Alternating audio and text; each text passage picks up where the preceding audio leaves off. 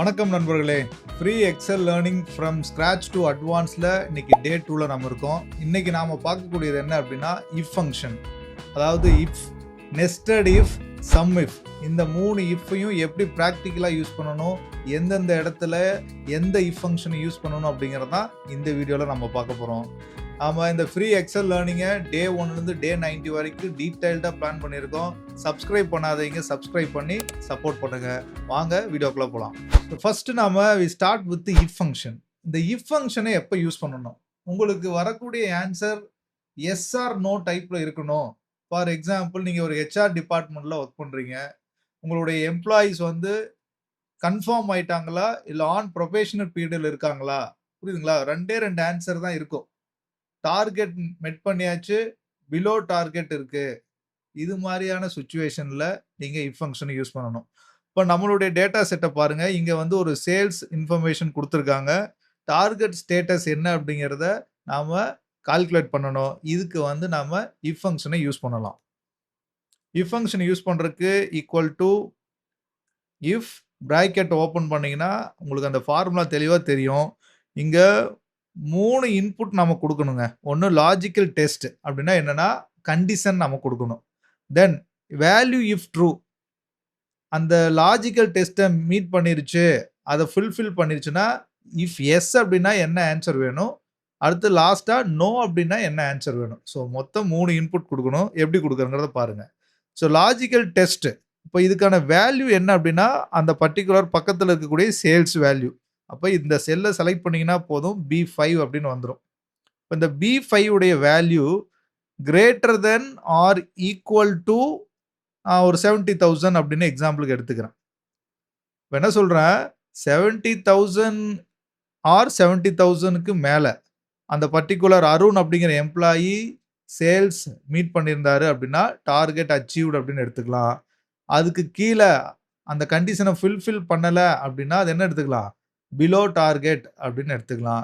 இப்போ நான் என்ன பண்ணுறேன், இஃப் எஸ்னா என்ன ஆன்சர் வரணுங்கிறதுக்காக கம்மா இன்வெர்டட் கோட்டுக்குள்ள டார்கெட் மெட் அப்படின்னு போட்டுறேன்.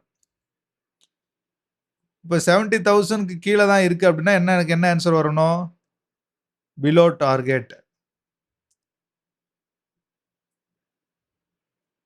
பிராக்கெட்டை க்ளோஸ் பண்ணிடுங்க, என்டரை தட்டுங்க, ஆன்சர் வந்துடும். இது அப்படியே நீங்கள் என்ன பண்ணால் போதும், ட்ராக் பண்ணால் போதும்.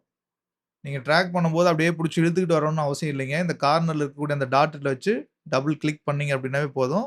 இந்த டேபிள் கடைசி வரைக்கும் இருக்கிறதுல உங்கள் டேட்டா செட்டில் அந்த சேம் ஃபார்முலா அப்ளை ஆகும். ஓகே, ஸோ இப்போ பாருங்கள், செகண்ட் இருக்கிறதுல பாருங்கள் டார்கெட் மெட் அப்படின்னு வந்துருச்சு. தேர்ட் இருக்கிறதுல பாருங்கள் 32,000 தான். நம்ம என்னென்னு கண்டிஷன் கொடுத்துருக்கோம், கண்டிஷன் 70,000 இருக்கணும், இல்லைனா 70,000க்கு எபோவ் இருந்தால் மட்டும்தான் டார்கெட் மெட்டுன்னு வரணும். அதுக்கு கீழே இருந்துச்சுன்னா பிலோ டார்கெட்னு வரணும். இது மாதிரி சுச்சுவேஷன்ஸில் நீங்கள் இஃப் ஃபங்க்ஷனை யூஸ் பண்ணலாம். இல்லை நான் வேறு டிபார்ட்மெண்ட்டில் ஒர்க் பண்ணுறேன் சார், பாருங்கள் இது மாதிரியான நீங்கள் 2 ஆன்சர் வரக்கூடிய சினாரியோவில் ஒர்க் பண்ணுறீங்க. எலிஜிபிள், நாட் எலிஜிபிள், நான் சொன்ன மாதிரி confirmed, on probation, over spend or within budget, இது மாதிரி 2 ஆன்சர் வரணும் அப்படிங்கிற சுச்சுவேஷன்ஸில் நீங்கள் இந்த இஃப் ஃபங்க்ஷனை மட்டும் யூஸ் பண்ணீங்கன்னா போதுமானது. சரி, வாங்க நெக்ஸ்ட் நெஸ்டட் இஃப்னா என்னன்னு பார்க்கலாம்.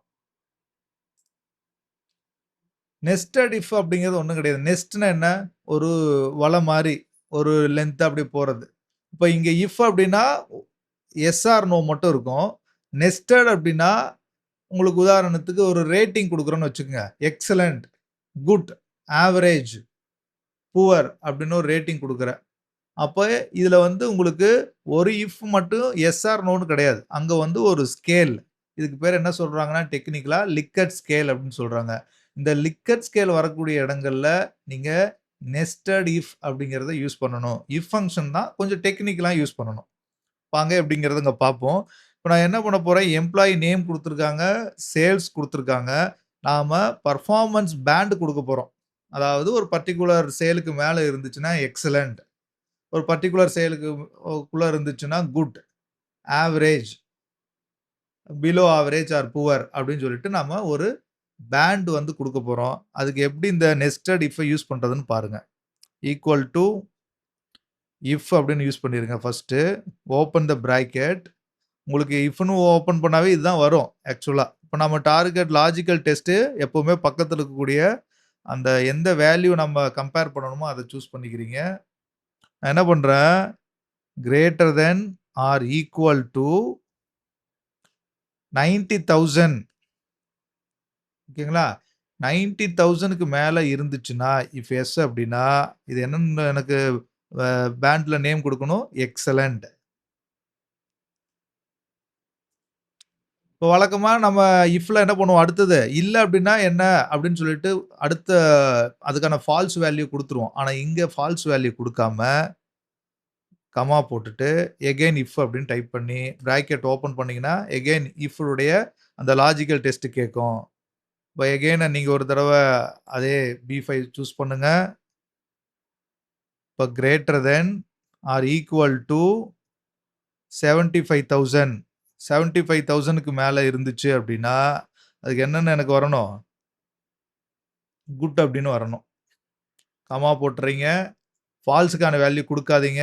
குடுக்காம என்ன பண்ணணும்? ஒரு ஸ்பேஸ் விட்டுட்டு இஃப் அப்படின்னு டைப் பண்ணுங்க. பிராக்கெட் ஓப்பன் பண்ணுங்க. லாஜிக்கல் டெஸ்ட்ல எப்பவுமே இந்த செல்லே தான் சூஸ் பண்ணணும். சூஸ் பண்ணிட்டு இப்போ வந்து நான் என்ன பண்றேன்? Greater than or equal to 50,000 இப்போ 50,000 இருக்கு அப்படின்னா, அது என்னன்னு எடுத்துக்கணும் நானு? ஆவரேஜ். கமா இப்ப இந்த இடத்துல இந்த லாஸ்ட் நீங்க முடிக்கும்போது என்ன பண்ணணும்? இப்ப 50,000க்கு மேல இருந்துச்சுன்னா ஆவரேஜ்ன்னு சொல்றோம்.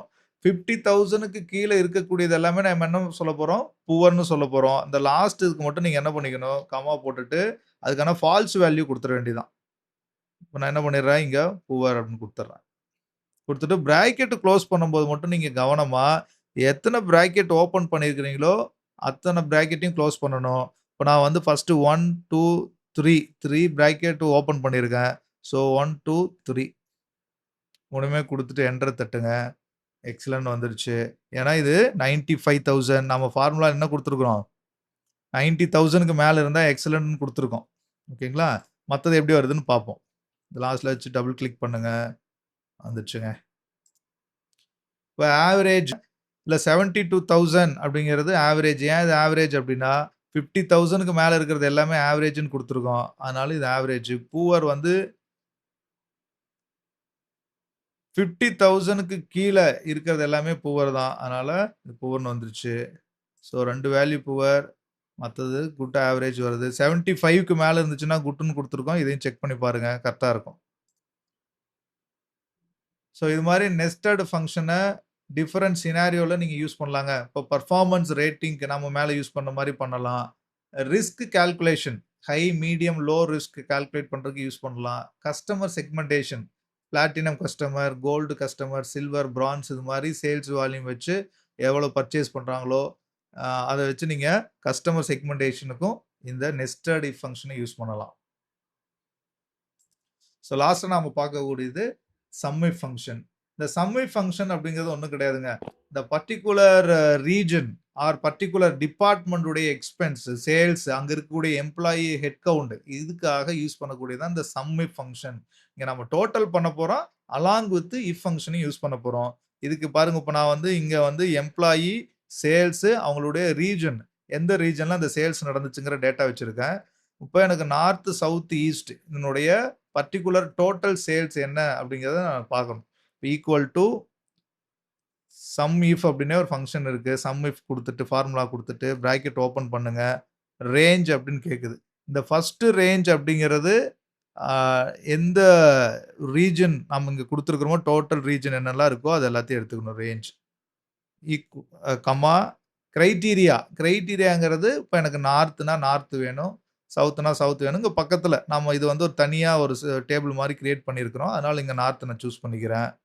தென் கமா தென் சம் ரேஞ்ச். இங்க சம் ரேஞ்சுங்கிறது எங்க இருக்குது? இங்க இருக்கு. இதுதான் சேல்ஸ் வால்யூம். இத சூஸ் பண்ணிக்கங்க. பண்ணிட்டு பிராக்கெட்ட குளோஸ் பண்ணிட்டு என்டர் தட்டுங்க. உங்களுக்கு நார்த் உடைய டோட்டல் சேல் எவ்வளோன்னு கிடைச்சுச்சு. இத அப்படியே வந்து டிராக் பண்ணி விட்டீங்கன்னா, உங்களுக்கு சவுத் உடைய டோட்டல் சேல்ஸ், ஈஸ்ட் உடைய டோட்டல் சேல்ஸ் கிடைச்சிச்சு. இத சேம் ஃபார்முலாவ சம் இஃப் ஃபங்ஷன் யூஸ் பண்ணி நீங்க எம்ப்ளாயி உடைய ஹெட் கவுண்ட்க்காகவும் யூஸ் பண்ணலாம். இப்ப ஹெச்ஆர் டிபார்ட்மெண்ட்ல வொர்க் பண்றீங்க அப்படின்னா உங்களுக்கு யூஸ்ஃபுல்லா இருக்கும். அதே மாரி ஃபினான்ஸில் ஒர்க் பண்ணுறீங்க, டிபார்ட்மெண்ட் வைஸான எக்ஸ்பென்சஸை கால்குலேட் பண்ணணும், ரெவென்யூ கால்குலேட் பண்ணணும் அப்படின்னாலும் நீங்கள் யூஸ் பண்ணலாம். சேல்ஸ் மார்க்கெட்டிங்கில் இருக்கிறீங்க, region wise sales, region wise expense என்ன ஆகுது இதெல்லாம் மானிட்டர் பண்ணுறக்கும் நீங்கள் சம்மிட் ஃபங்க்ஷனை ஒரு தடவை செட் பண்ணிட்டீங்கன்னா டைனமிக்காக உங்களுக்கு ஆன்சர் கிடைக்கும். ஸோ தேங்க்ஸ் ஃபார் வாட்சிங்.